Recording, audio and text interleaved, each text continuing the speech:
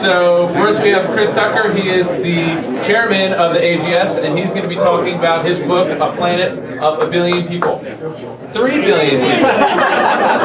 That's a big book. Hey, thanks for having me. I understand I have 5 minutes. All right, first slide. So I wrote a book. Something to do in your abundant spare time. Title is 3 billion, Planet of 3 billion people, and as one might imagine, it is my answer to how many people can the Earth support. I like to start with what I like to call a meditation on the world's population. Next slide, and start the video, please.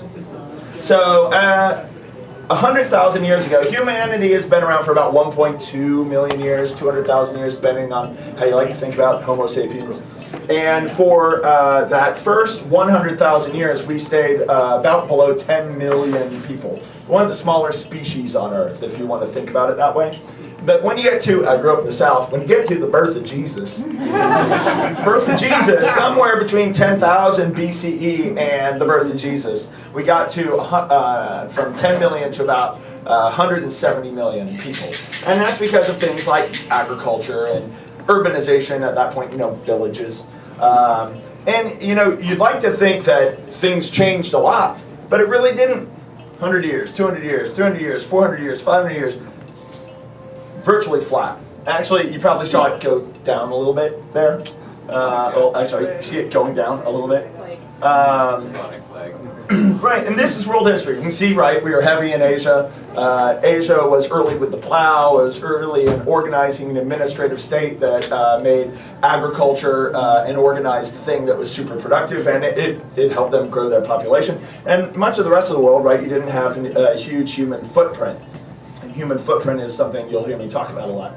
And then, of course, right, whoops. The plague hit again. Plague is one of these things. There's actually a great article out today about plague was around for a really long time, and it's how people changed how they lived that the plague struck really hard. But then somewhere around 1700, right, you had the Industrial Revolution. I was in the UK last week. I say I like to blame England. Industrial Revolution, Scientific Revolution, learning about medicine, and then the Public Health Revolution, etc. Something really weird happened. And I think a lot of us don't understand that the world we live in is something that historically is extremely weird and extremely problematic. Something happened where things went vertical. Next slide. Turns out about 20 years ago, I was a student at Columbia when we started the Earth Institute. Some people may have heard of the Earth Institute. Jeff Sachs used to be there, and it's kind of the first integrated, interdisciplinary place where you thought about, Earth, people, and how all this stuff works together. Big on climate change a really long time ago. And we had the inaugural lecture, and it was by a guy named Professor Joel Cohen. He had a book called How Many People Can the Earth Support? And that's kind of a question that haunted me for a number of years. I was a dumb kid when I heard it, so I didn't really have an answer. And in many ways, this book is a response to that lecture that I heard 22 years ago. So it made me start asking all my friends when I'm drinking in a bar, like tonight. I'd ask them a question of, hey, how many people are on the planet? And what I found out is most of my educated, worldly, sophisticated, well-traveled friends don't get it right within 100 billion up to 5 to 7 billion. I don't know how many people know that it was 7.7 billion in July, and we're growing at 85 million a year. Not 85 million children born, 85 million net added, which is 10 New York cities every year added to the planet. Maybe everybody in the room knows that, but most people when I go into a room don't know that, and I say, well, right, what class would you learn that in? Like geometry, right? There's no specific class where you learn these things. Or if you do learn it, I've had friends go, well, Chris, the world population is 5.5 billion. I'm like, no. Oh, right, that's what it was in the 90s when I was in high school. That was the last time you thought about it, right? So anyways, how many people are on the Earth? Most of your friends don't know. How many people can the Earth support? You're never even taught a basis of estimate. It's not even a discussion. And weirdly, population is a cultural taboo that probably represents the largest cultural blind spot of All of us, like global humanity, even though it's manifest differently in different parts of the world. So anyways, it's a weird, when you go into Thanksgiving, you don't have something to ask your friends, just be like, hey man, like how many people do you think the Earth can support? It is probably the weirdest, coolest conversation starter at any party you've ever been to. You'll learn more about your friends. I grew up in the South, as I always said, and it turns out, you know, they always say, Chris, don't talk about sex, don't talk about politics, don't talk about religion in polite company. And population represents kind of a fusion of those three things. So particularly if you're in the South having Thanksgiving dinner, definitely ask people how many people do you think the Earth can support. Next slide. You go, but Earth, you know, what is the Earth? How do I count the human footprint? And I put together this video. This map is actually based on the ecoregions map. It's a methodology put together by a gentleman, James. Stein. What's that? Dinner Stein. Dina Stein's the latest guy on the shoulders of giants like James Omernick from EPA. This came from Dina Stein at Resolve with a bunch of work from WWF.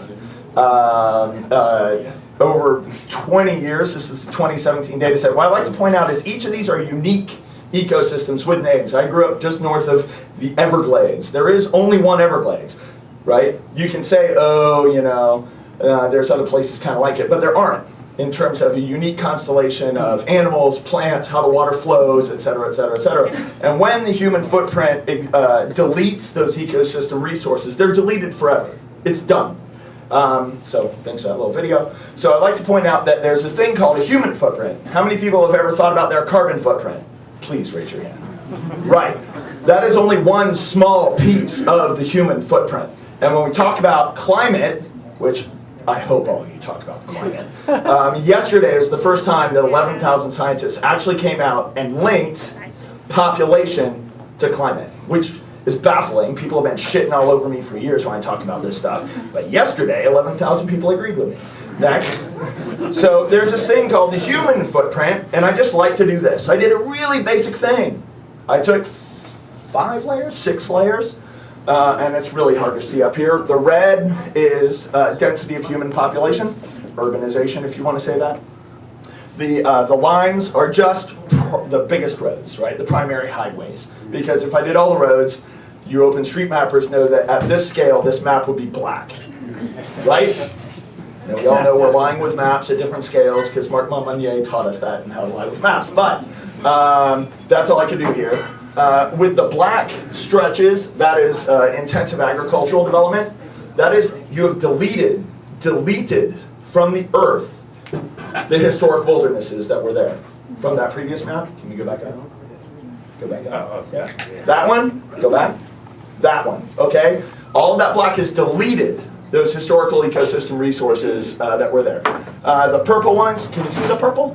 Those are toxic sites. In the US, they're actually registered with the EPA. We all know how that works. EU has a similar system. The rest of it had to be put together by an NGO funded by the UN. And they go, yeah, this is mostly just self-reported sites. We think it might be, I don't know, 50%, right? So toxic sites. And then the orange are on the coast, again, lying with maps at this scale. Those are the 450 plus dead zones where the agricultural runoff of too much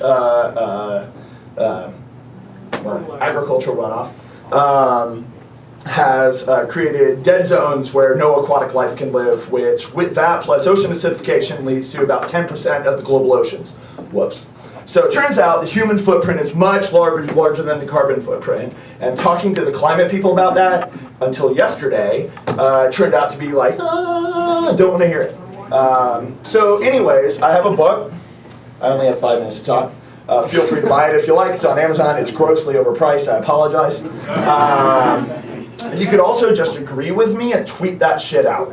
I'm totally cool with that. Just lie to your friends. Totally read the book. I met the guy. It's great. Never buy the book. I'm totally fine with that. But I want you, seriously, I'm totally fine with that. I just want you to go home for Thanksgiving. Most of you are American? No Canadians? Good. You missed your opportunity. So, you know, ask your friends and family. I don't know, man. How many people do you think the Earth can support? Do you think it's 7.7 billion? Do you think it's 7.8 in a little over a year from now?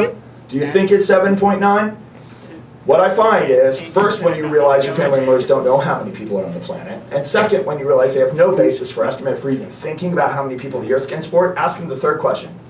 So do you think there should be more people on the planet or fewer? And when they say fewer, buy them this book for Christmas!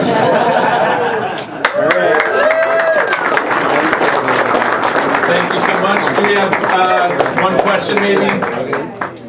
Up front. Don't go too far, we have a question for you. What do you use as the baseline for your standards of living? And do you factor in vegetarian diets, cars, those sorts of choices? Love that question. All right, so it's hard to cover 200,000 years of human history, blah, blah, blah, blah, blah, bases. So right, there's finite chapters.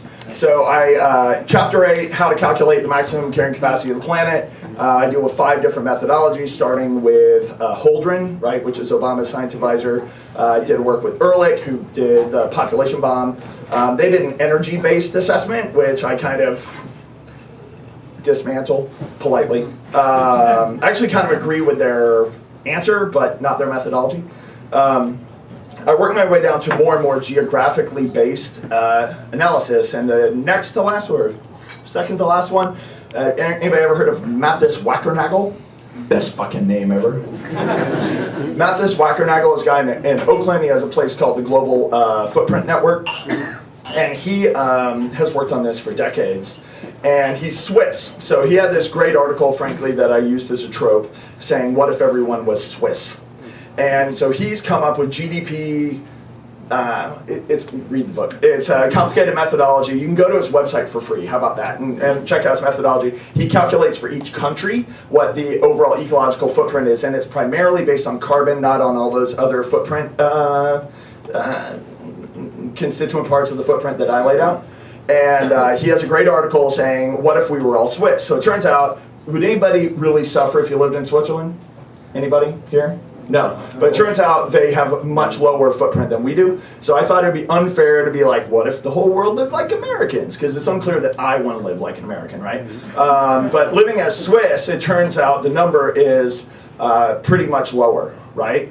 And the way they calculate is this country a carbon debtor or a carbon what do you call it?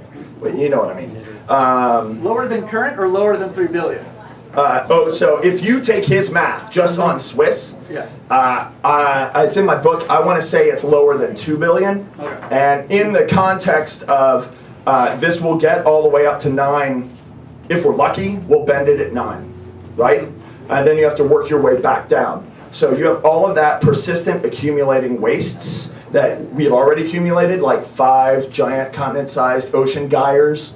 Anybody read that in the news? Right, that's accumulated, and accumulated over a long time. We didn't even know they existed until 1996, and nobody did shit about it until last month when that kid Boyan Slat from Netherlands actually collected, like, I don't know, a boatload of it, right? Like literally, I mean, not a lot, I mean 1 boatload. Right, we have these accumulating wastes all over the planet. So to work your way down from 9 down, my calculation based on some of that mumbo jumbo is, as a technological optimist, 3 billion as your max. And that's if we just innovate the fuck out of everything. Yeah. Thank you.